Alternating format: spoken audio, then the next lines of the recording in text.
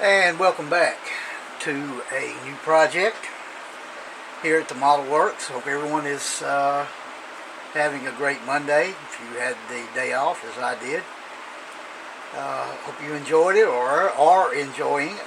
And if you had to work, hope your work day went well. What I'm going to do, I'm going to be building, as you see in front of you, and I guess you gathered from the opening, the 57 Ford Custom Special Edition by Revell. And what I'm going to do, at least my intentions are with this, is to build a street gasser. I love the gasser class in drag racing, but I mean, to buy a kit and just build the gasser, which I will do some this year probably. I would love to get the Stone Woods and Cook. I do not have that kit, and I would love to get that and build that kit, since they are a very iconic race team from the past, the 60s and 70s in the gasser class. But I wanted to do something that was a little bit different, with all the street outlaw type cars being built with the group build that's going on, and a lot of people like to build the pro streets, and there's a lot of those out there too. So I kind of wanted to do something in between a street rod, so to speak, and a gasser type, build as well. So I thought I would combine the two and kind of build a street gasser type car. And I kind of got the inspiration to do that from an episode of Counting Cars, and I'm sure some of you know what I'm talking about. It's a car show that this guy's name's Danny Coker. He's in Las Vegas, and he's kind of in the business like Richard Rawlings from Fast and Loud and Chip Foose, and but he's more like, for me, old school from the 70s. The cars he does, not very many of them are low to the ground. Not very many of them are low riders. I think I seen him build one that was what you would actually call a low rider, but he does more old school type builds, with the kind of a forward rake with the back end jacked up a little bit and that type thing. So he was out looking for a car to buy and flip, and he ran into a guy that had a street gasser. I believe it was a 55 AAA street gasser, and it had the gasser vibe. And that's what I want to do. I want to build this one to where it doesn't have necessarily the engine that you could take to the track and run in the A gas class.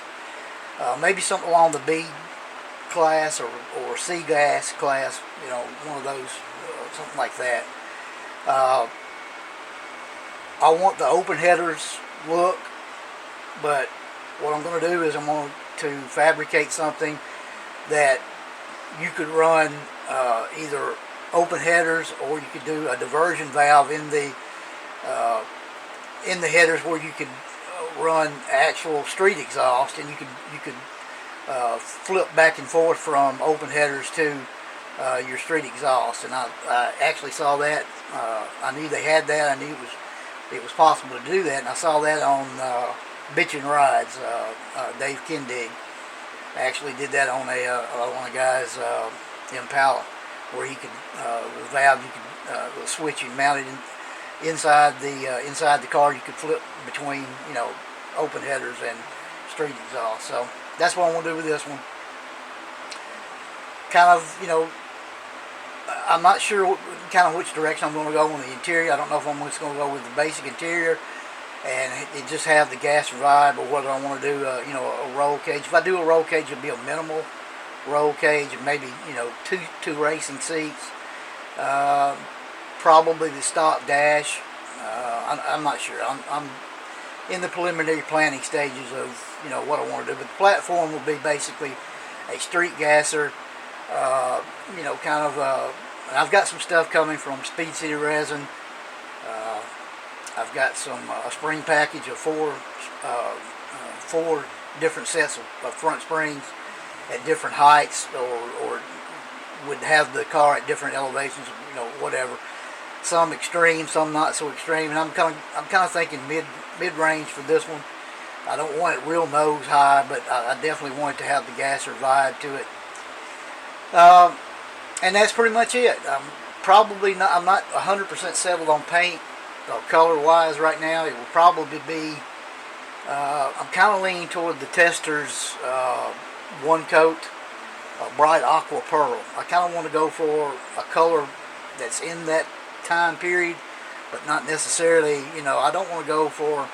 I'm not really wanting to go for anything this light, and I don't want a dark blue either. I want something in between. So I'm kind of playing around with that. What I'll probably do with that is I may just to try out some of my new guns. I've got my new airbrushes. I'll probably decant the one coat and then spray it through one of my guns, just to see how it does. And then probably do away with the front bumper, and I might go with a smaller bumper from another car. I'm not sure. I'll have to look and see. And that's pretty much it. I just wanted to put that out there and let you know that that's kind of the direction I'm going to be going. I'm not going to get into a big rush on this car. I want to take my time, and there's going to be quite a bit of cutting to do. I won't be using, will quite naturally be cutting the front fender wells out. I'm not sure how much of this kit I'll be using. Definitely will be going into my stash for some parts for suspension.